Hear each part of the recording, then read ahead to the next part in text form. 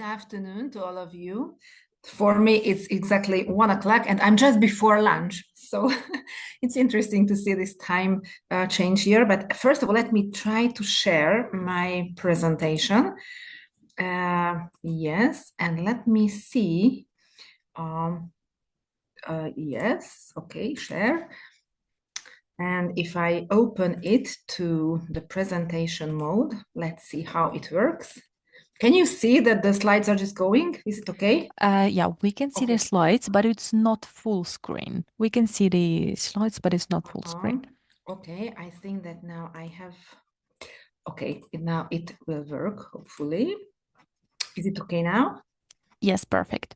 Okay, and and does it moves forward? Yes. Okay, yeah, okay, perfect. Then now let's start. So first of all, let me thank you for inviting me and joining this great conference. I think that this initiative is really promising, and I'm very happy to be here and be part of this conference. As it was mentioned, I'm from Budapest, from Hungary, and as a full-time lecturer, I'm at Eötvös Loránd University. I'm an associate professor there, you know, with the typical researchers and teaching practices, but I also have a kind of professional practice. Usually I do consultations with the schools or teachers, or I'm involved into several projects concerning giftedness. The topic which I will share with you today is positive psychology and its relation to gifted education.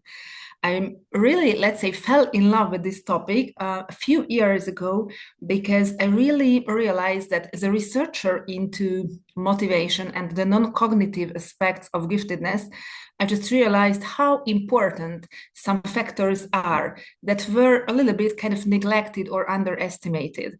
And to put it short, it belongs to, you know, well-being, resilience, or coping, or just mindset, as it was mentioned by Kirsti before. So that's why I became quite engaged with positive psychology. So first, I will share you a few basic uh, facts and figures about positive psychology, its very brief history and why and how it can contribute to education. And after that, I will show you the relationship between well-being and high performance. And of course, there will be some practices about how you can enhance well-being. But let's say the second part, or the 1/3 of my lecture, will cover two interesting research results and two studies which are about teacher well-being and student well-being. And I think that if we know these kind of facts and these findings, it can provide us a nice way how we can facilitate well-being and how we can support students. So let's start with the basic things. Interestingly, positive psychology can be dated back exactly to 2000, when a famous and prominent article was published by Martin Seligman and Mihály Csikszentmihalyi. This second person is Mihály Csikszentmihalyi, is originally a Hungarian researcher who emigrated to the United States, but he spoke Hungarian language. Unfortunately, he died a few years ago. So they published this article, which was a prominent article to introduce the basic concepts of positive psychology. And within this, they just emphasized, which was also published in this so-called positive manifesto, that positive psychology is the scientific study of optimal human functioning that aims to discover and promote the factors that allow individuals and communities to thrive. I think that if you just read this goal or this mission statement of positive psychology, it becomes perfectly clear how important it can be in an educational context and also in gifted education, because it is about optimal human functioning and it is about thriving and reaching and fulfilling your potential. I think that these are also our goals. So we have a shared goal between positive psychology and gifted education. Moreover, there is another famous kind of definition concerning positive psychology, and it was defined by Christopher Peterson. And he says that positive psychology is a scientific approach to studying human thoughts, feelings, and behavior with a focus on strengths instead of weakness, building the good in life instead of repairing the bad, and taking the lives of people up to instead of focusing solely on moving those who are struggling up to normal. I just highlighted those aspects of this definition, which would be extremely relevant in the gifted education area as well, because you see here that it is a scientific approach. So it is not just like good advice or a lifestyle kind of counseling, but it is scientific. It is based and focuses on strengths. And again, in gifted education, I think that we always focus on what is really good in someone and what are the high abilities or the high potentials in someone. And also, the third thing is that it aims to take the lives of people up to great. Again, it is closely related to high performance or great performance.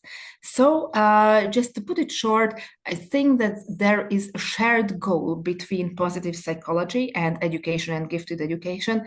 That's why it can be a really relevant approach to use in this field. And let me show you, it is one of my favorite kind of metaphor concerning positive psychology, and it is the so-called sailboat metaphor.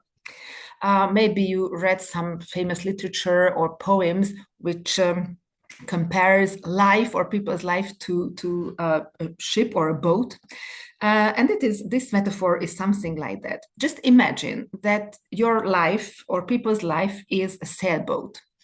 And if there is a leak on this sailboat, let's call it weaknesses, problems, or maybe traumas, this boat may sink.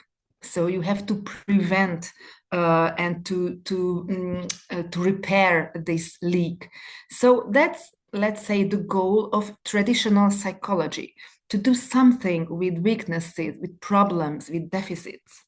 But on the other hand, if you repair the weaknesses, this sailboat is just still stands. I mean, it doesn't go anywhere. That's why you have to use the sails to get the wind, and it will move you forward to reach your goals. And within positive psychology, now I will focus on these strengths part. And of course, we admit that psychology has a lot to do with weaknesses. But on the other hand, we have to see that strengths and the sails of this sailboat are really important to help you to move forward and to reach your goal. This picture is just a very kind of simple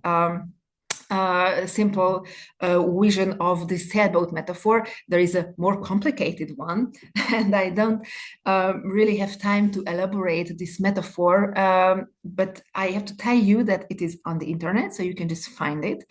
And I think that this metaphor is very complex, and you see that you can just identify goals or wishes or other people or peers.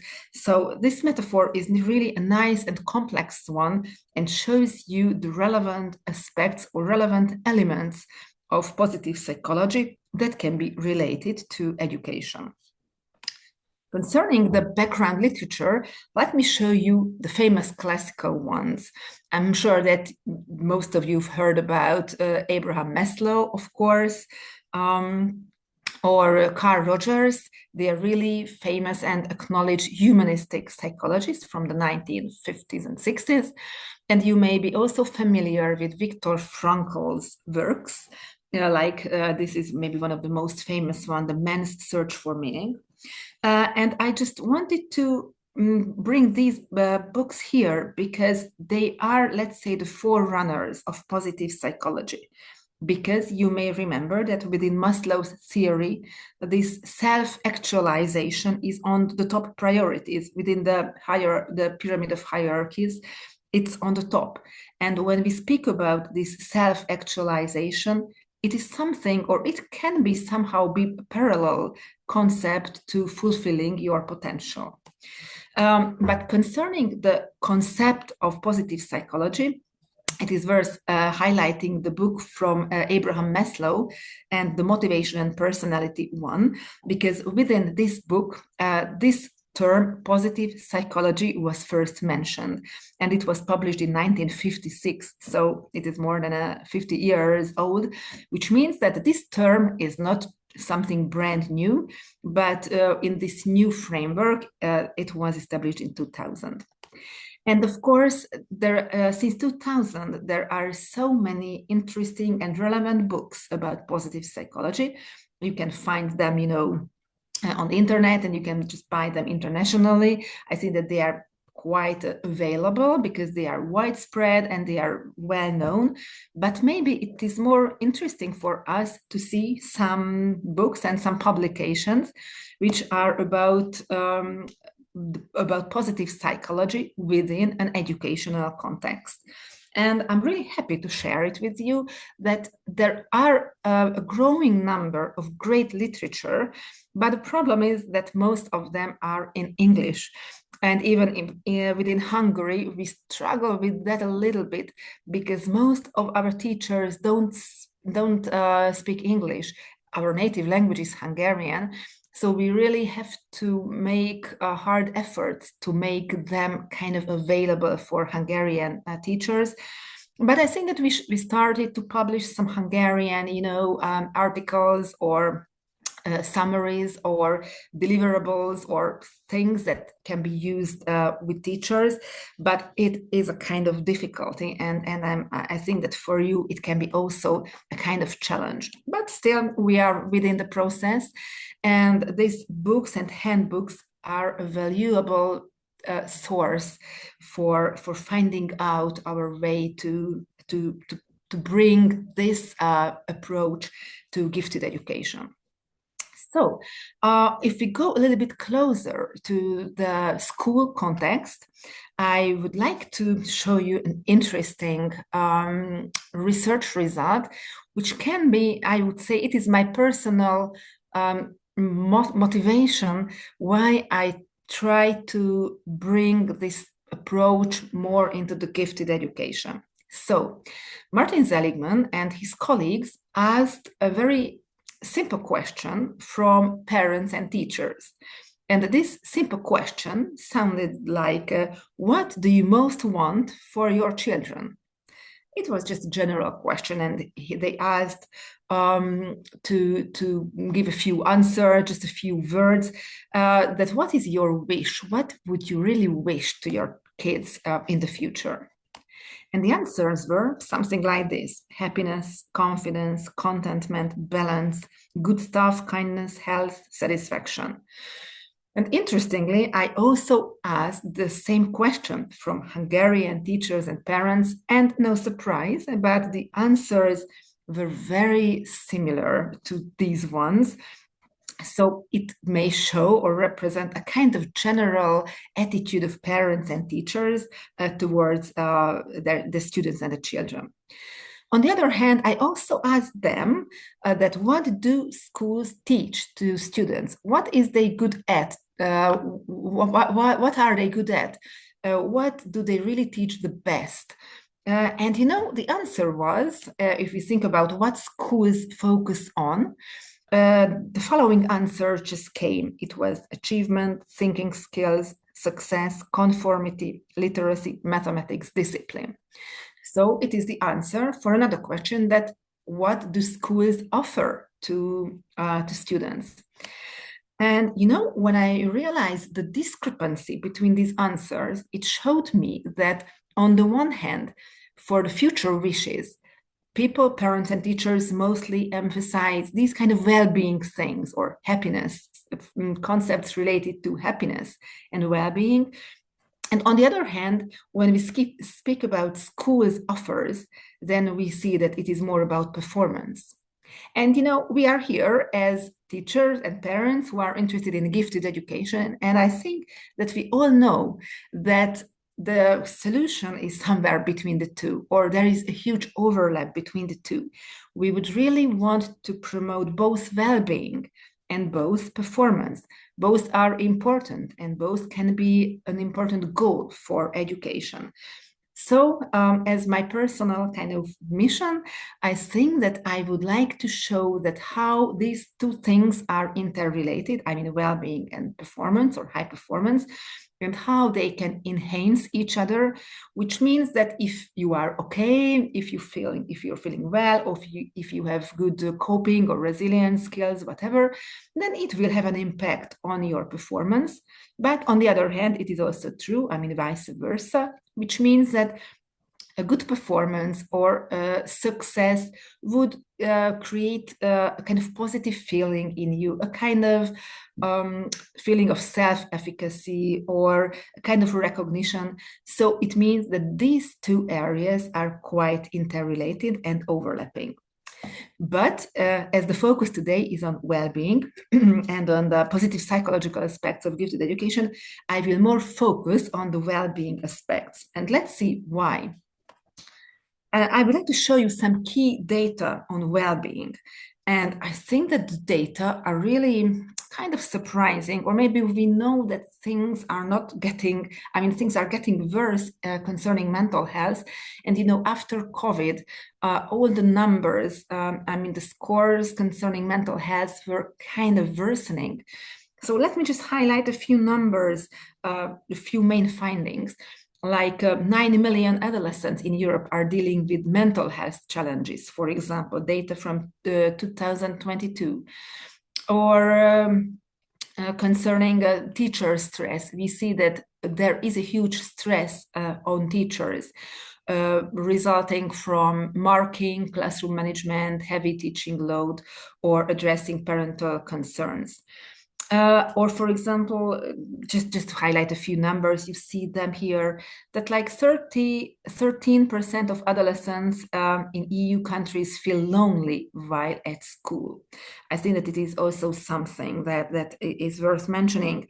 Or life satisfaction and self-rated health among adolescents and particularly girls has been in decline. And interestingly, we also had this kind of interesting findings that girls have a really bad kind of self-esteem and satisfaction with life.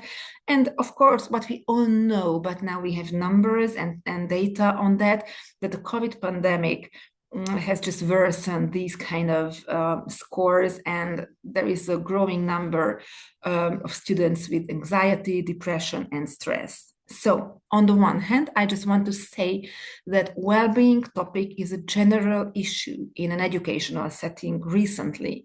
It was always like this, but in the past few years, we really see some kind of warning signs that we have to pay attention to that topic. On the other hand, and I think that it is also needed to mention that more well-being or better well-being is related to better learning, which means what I just mentioned before, that increases in well-being are likely to produce increases in learning, which means that they, just to make it simple, they go hand in hand. And there are lots of research results to verify this statement.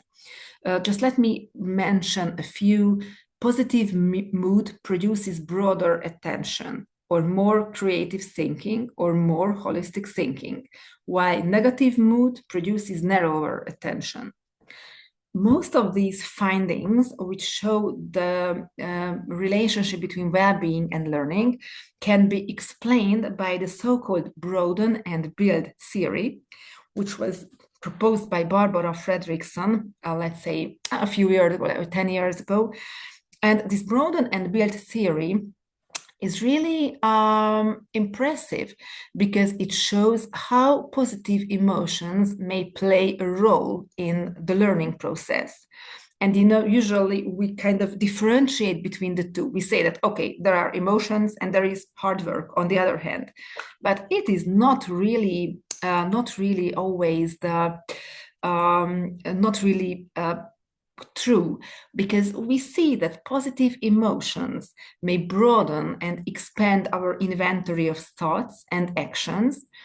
It may build or develop physical, mental, and social resources, and it would lead to a kind of transformation, advances in personal growth, and creates more positive emotions.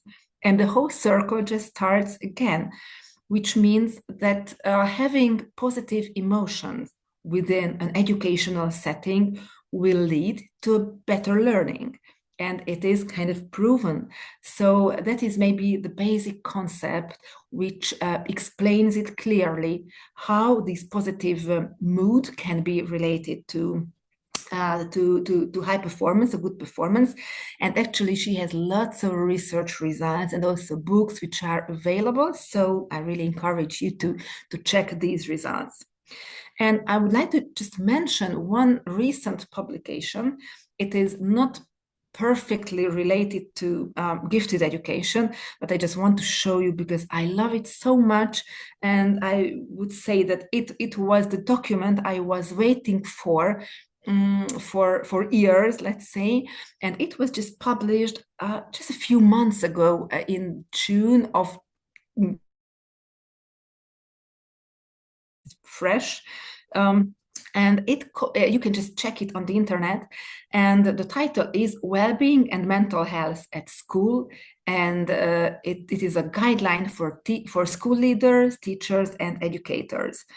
And the interesting within this book is that it doesn't, I mean, of course, it is a psychological and educational and pedagogically based document, but it focuses on a whole school approach, which is really kind of my favorite. So it doesn't speak about the individuals themselves, but how schools in general can kind of embrace this kind of mental health approach. And I think that this is really the way for future well-being programs. So now I'm working with this working group, and we will really try to find a good place for this approach within the Hungarian educational context. So I just want to recommend it also to you, just to go through this document. Okay, so let's speak about a little bit more about well-being, or I would call it happiness or well-being. There is the APA dictionary. The APA is the American Psychological Association, and this dictionary defines psychological concepts in a very clear way.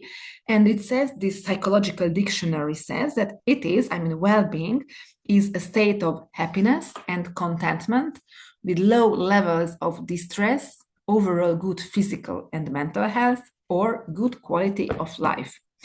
It is a very simple and a kind of simple definition of happiness, and it is good for kind of research and good for understanding the basic ideas behind well-being.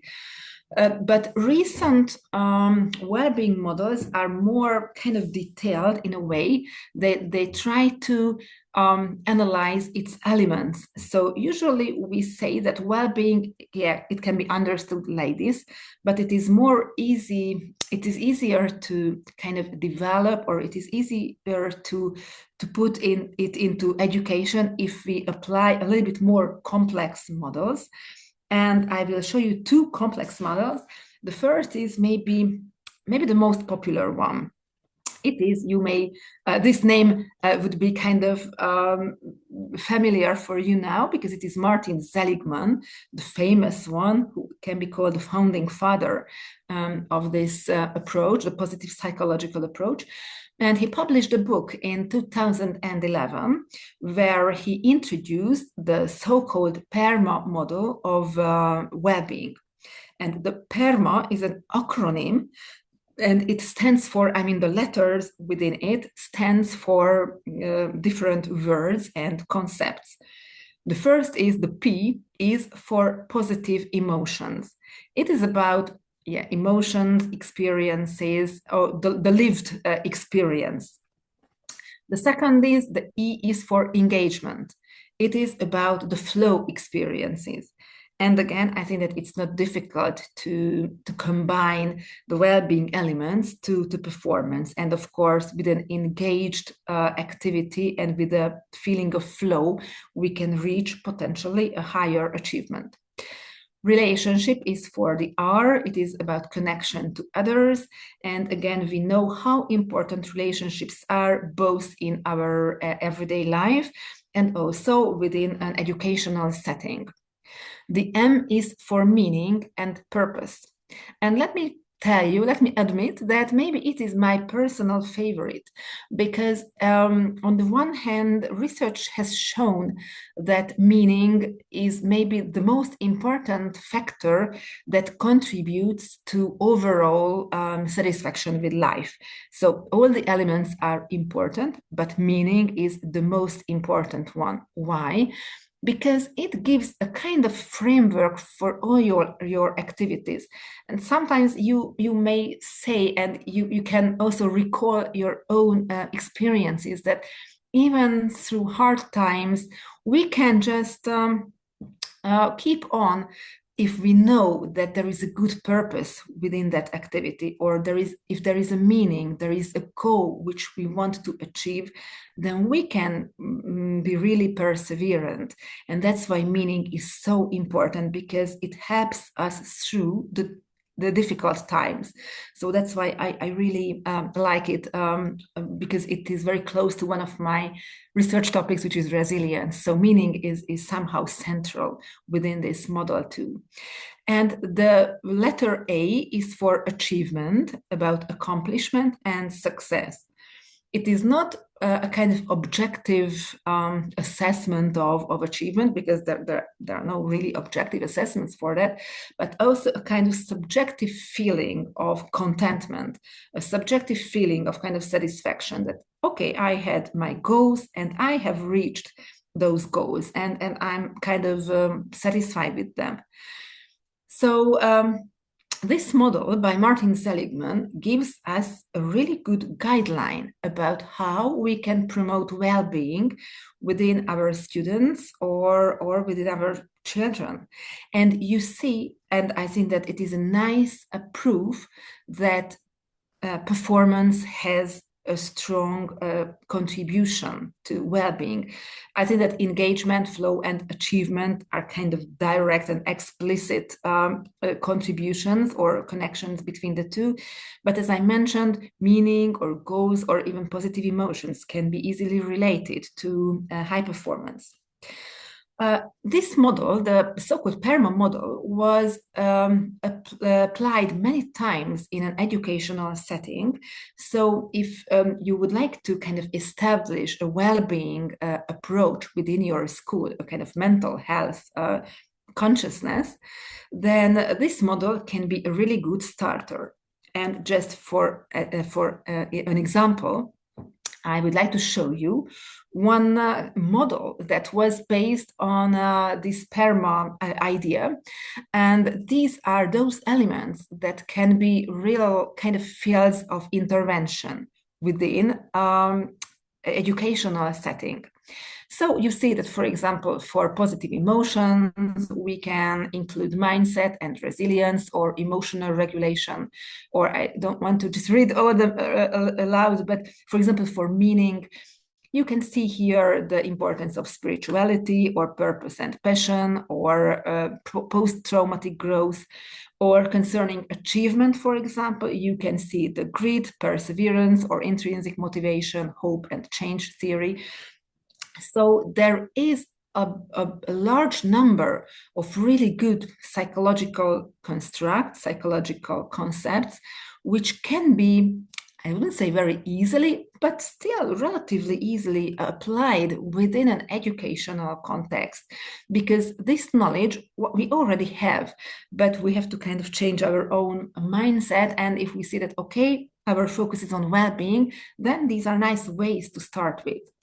And let me mention just one element of this model, what you see here, because it is not 5 elements, but it is a 6-element model. And there is this vitality part. And in the original well-being model, in the original PERMA model, it is not included. So it was added later. And interestingly, it was added later through the practical aspects and through the application of this PERMA model, because it turned out, which is kind of straightforward, but still it was important to make it more conscious that physical well-being is also part of the holistic well-being. And let me just tell you that in Hungary, at least, the sleep and nutrition part is a really huge challenge within the adolescents. And we know that the screen time and everything, I mean, there are so many other challenges which can be related to, for example, the lack of enough sleep, but it is a huge problem in Hungary. So it is a kind of example about how you can implement a kind of well-being program or a mental health focused program within your school. And I think that you can again just see the relevance of well-being and the high performance, or the overlapping between the two. But I would like to show you another good starting point. And maybe it is even better. It is the so-called search model from Leah Waters and her colleague.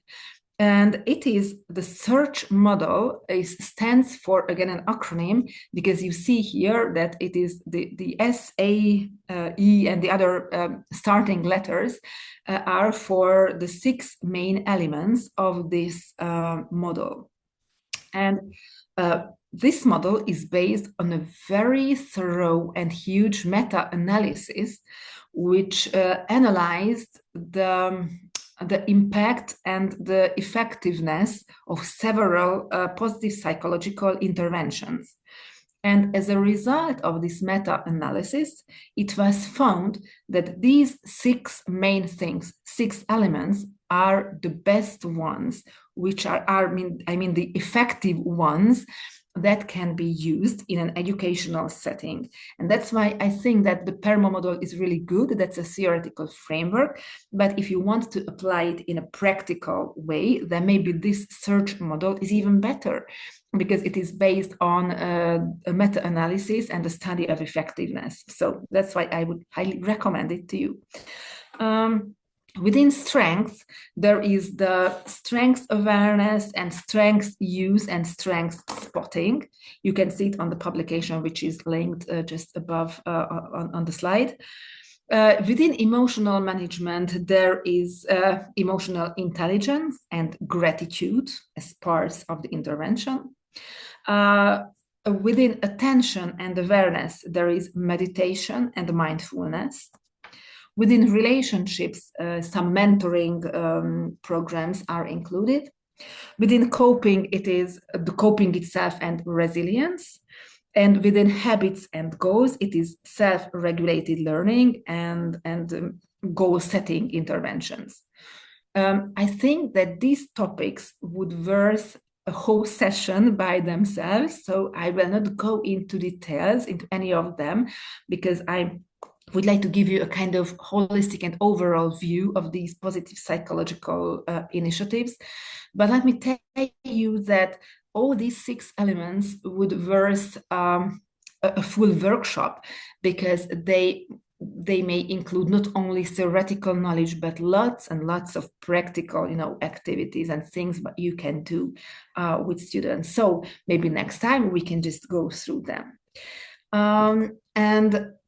At the second part of my lecture, I would like to show you some recent research results which we have at the ELTE. ELTE is my university, Eötvös Loránd University in Budapest, because in the past few years, we have been involved into the research of this topic, because I think that data can be quite convincing for decision makers. So honestly, I have to tell you that it's not just, these research results are just the result of my researchers' curiosity, but I really try to find the good numbers and the relevant numbers that could convince school principals or even decision makers that it is a good way to, and it is just necessary to implement the positive psychological approach into the educational context. Okay, so maybe you see that we have lots of research about the character strengths and the well-being issues. We also have something about future-orientedness and goal setting. This VIA Youth Questionnaire is a questionnaire to measure character strengths within younger students. We also examine character strengths interventions for students and for teachers as well, which is, it was very, we've learned a lot from that because, setting up an intervention and the study of effectiveness is always kind of demanding. I've also created some and developed some e-learning materials for positive psychology. I would like to make it available for not because now I have it in Hungarian, but I would like to make them available in English as well. So hopefully next time I can just show it to you as well. We have some research results about teacher well-being, character strengths, and how it can prevent burnout. And finally, we have a recent research about mapping the well-being of students. And I would like to mention these latter too, because we have some interesting results. And I just wanted to show you that there we have something about teachers and also something about students.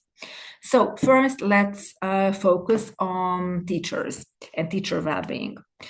I don't know what the situation is in your country, but I've read some numbers from the United States and also from Europe, and they are quite similar to the Hungarian situation, which means that there is, just to put it short, there is a teacher shortage in our country.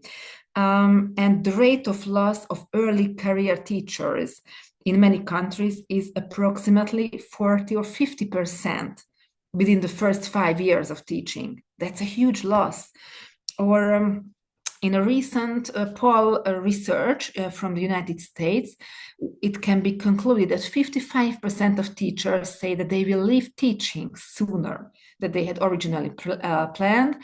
And it's a huge number that 90% of them said that they are feeling burnout is a serious problem, maybe not personally for them, but in general. And if we just go a little bit deeper into the literature, there are, again, I just don't want to read them aloud, but there is a number of research data that show that well-being and burnout are related. And well-being can be a protective factor against burnout. They are in an inverse proportional relationship. So better well-being, lower burnout. That's sure. And these are just the publications. And which is more interesting, that the use of strengths, the recognition and the use of personal strengths are also in relation to burnout.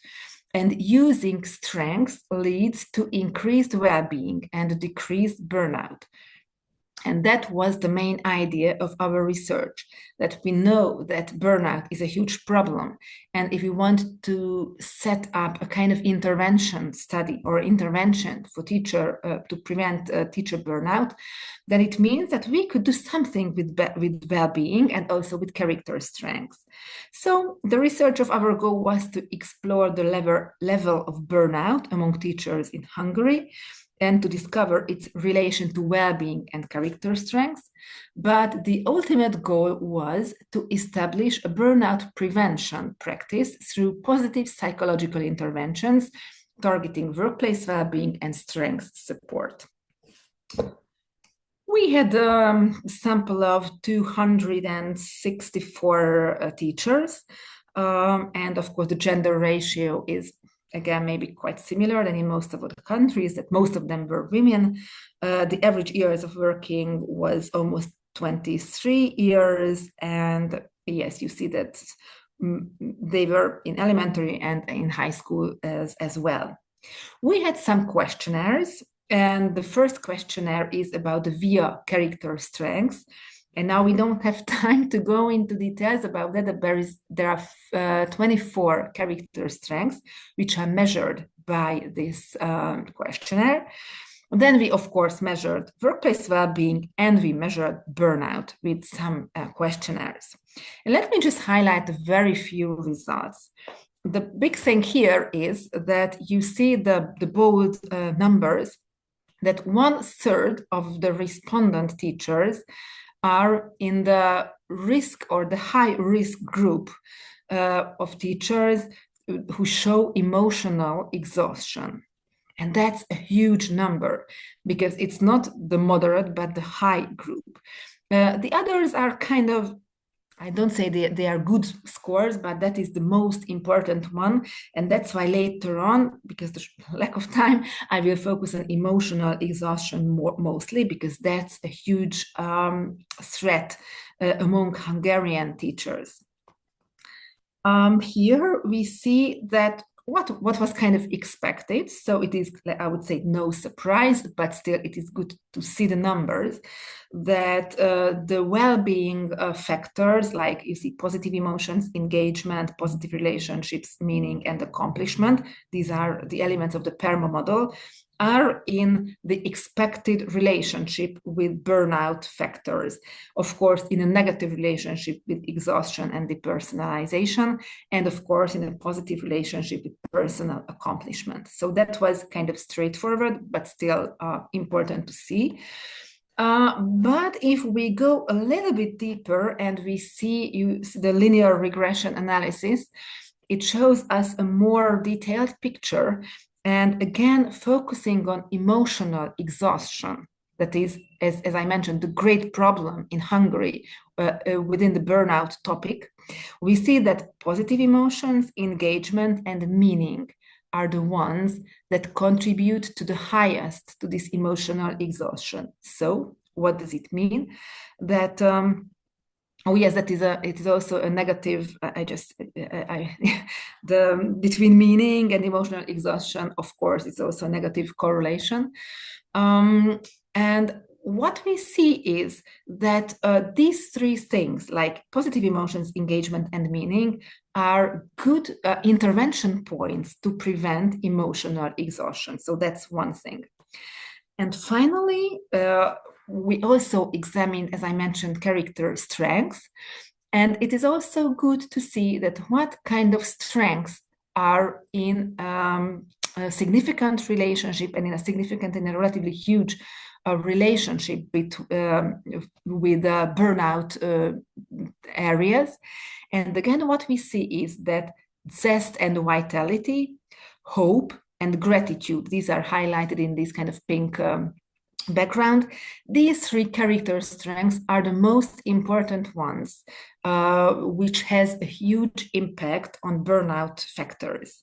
So what can we see? That if we want to set up a kind of burnout prevention program for teachers, these well-being aspects and these character strengths are the starting points. They are the most preventive factors. So, as a kind of overall finding, we may say that teachers are affected by emotional exhaustion the most. 1/3 of them show the high level. Also, there is a significant negative connection between all aspects of workplace well-being and exhaustion, and also well-being and depersonalization. And of course, with a positive correlation between well-being and personal accomplishment. And also, emotional exhaustion is mostly influenced by the well-being factors of positive emotions and engagement, vitality, and hope. And let's say a little bit less than half of the teachers answered yes to ever thinking about leaving teaching, and mentioned as a main reason for that is lack of appreciation, low salaries, administrative difficulties, and emotional challenges. So from this research results, we can conclude that burnout is a huge threat among teachers, but we have some tools to prevent it. And these positive psychological approaches would give us a good guideline about how to cope with burnout challenges.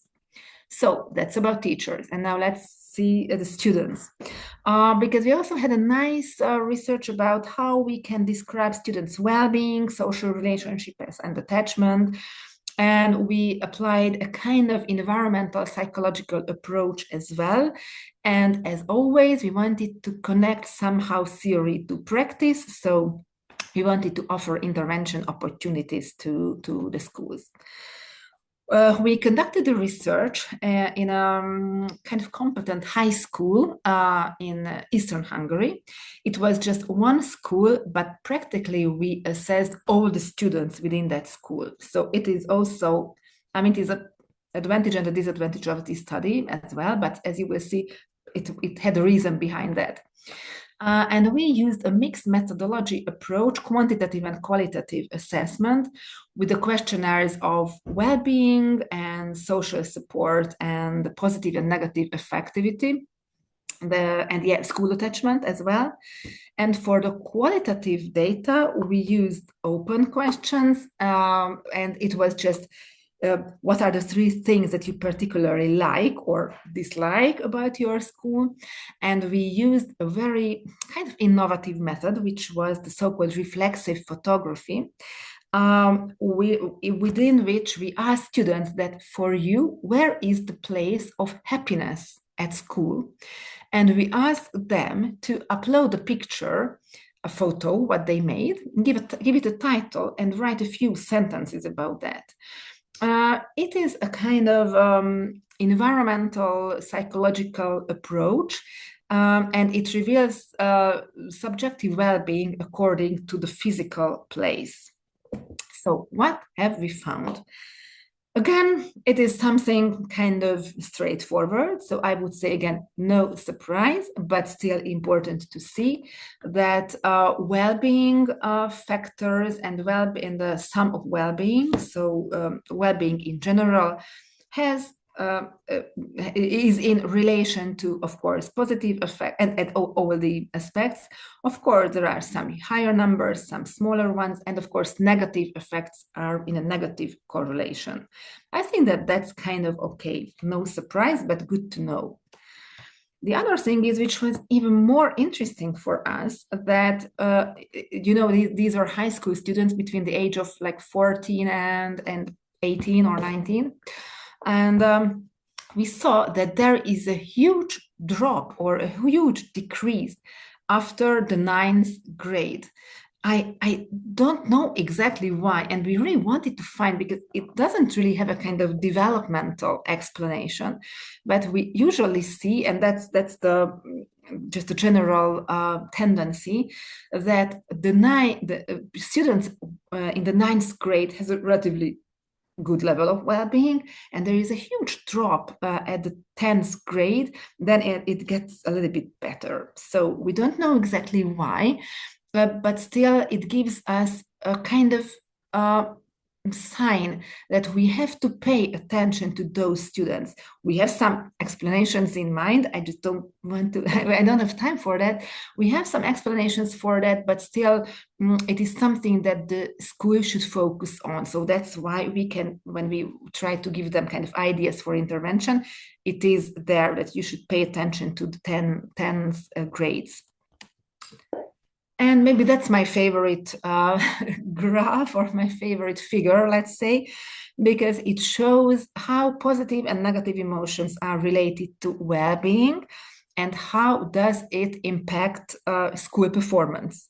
And these numbers can be really convincing for principals, because usually if they come and see me and ask for consultation, usually their goal is to increase school performance. And if I say that, okay, we can speak about that, but let's see, on the other hand, the well-being aspects, then these numbers are really, kind of convincing to show them that if you want to increase high performance, then you should focus on well-being as well. And just a final and interesting example is about the reflexive photography. And I just show you it because, it is an applied research. So what I show you here is not something that you can apply in your context within the same setting, but still, I would like to show you that we have this database like this. We asked this question that for you, where is the place of happiness at school? And you see here the photos, and you see here one short sentence that describes the photo, and then we see that it is a boy or a girl, and whether he or she is in which grade. I mean, here you see that she's in the 10th grade. And again, this is as well a nice example of this database. And we see nice picture about their places of well-being, and if they describe and go into details at why they feel happy in these places, then we can get a very clear picture about what is important to them and why and how we can enhance student well-being. So I would say it was fun to go through these pictures, because it gives us a very good picture about their personal well-being. And we saw that satisfying psychological needs, interpersonal relationships, physical activities, recreation, teaching quality, and environmental characteristics were really important here. And now I just skip this because of the lack of time, but I would tell you that from this research, we could just find that adolescents' well-being is largely related to their interpersonal relationships, social support, school attachment, and experience emotions. And the places associated with happiness can be located within the school building. So, finally, and as a summary to the whole lecture, I would like to tell that positive psychology has its place definitely in gifted education. I think that you now realize that how well-being and high performance are related to each other and how they can enhance each other. So achievement and well-being may go hand in hand, and they should go hand in hand. And I would just want to refer to the original Seligman study when he asked, teachers and parents to do different questions. And I think that now, as a result of positive psychological approach, we can just say that they can appear together within the educational setting. I also would like to say that well-being requires a kind of holistic approach if you want to establish or apply it within a school setting. And we may use the PERMA model or the search model as well, but also I would like to again refer back to the document which was published recently, this whole school approach, because it is really a kind of mental health mindset, to put it so, and that's what we should apply. And finally, I showed you some research results, and it was just a kind of example about assessment opportunities. But also I would like to highlight that if you have data, then you can just point the fields of intervention, because it's not easy to always know what you can do because there are so many opportunities. But if you have the numbers, then you know what are the positive or the advantages and the disadvantages of that given school. And as my last motto, I would like to show it to you. And I refer back to the sailboat metaphor, which was there in the lecture as well. And Louisa May Alcott said that I'm not afraid of storms, for I'm learning how to sail my ship. So that is my final kind of motto and final message to you. And I would like to thank you for your cooperation and for your presence. And we will not have time for that, but I just prepared some questions for further thinking. So if you go home or if you go back to your place, you can think about the mental health issues among gifted students, or about the search model, or maybe the most interesting thing is that for you, what are the places of happiness within your own workplace? So these are just interesting questions to the end. So thank you very much.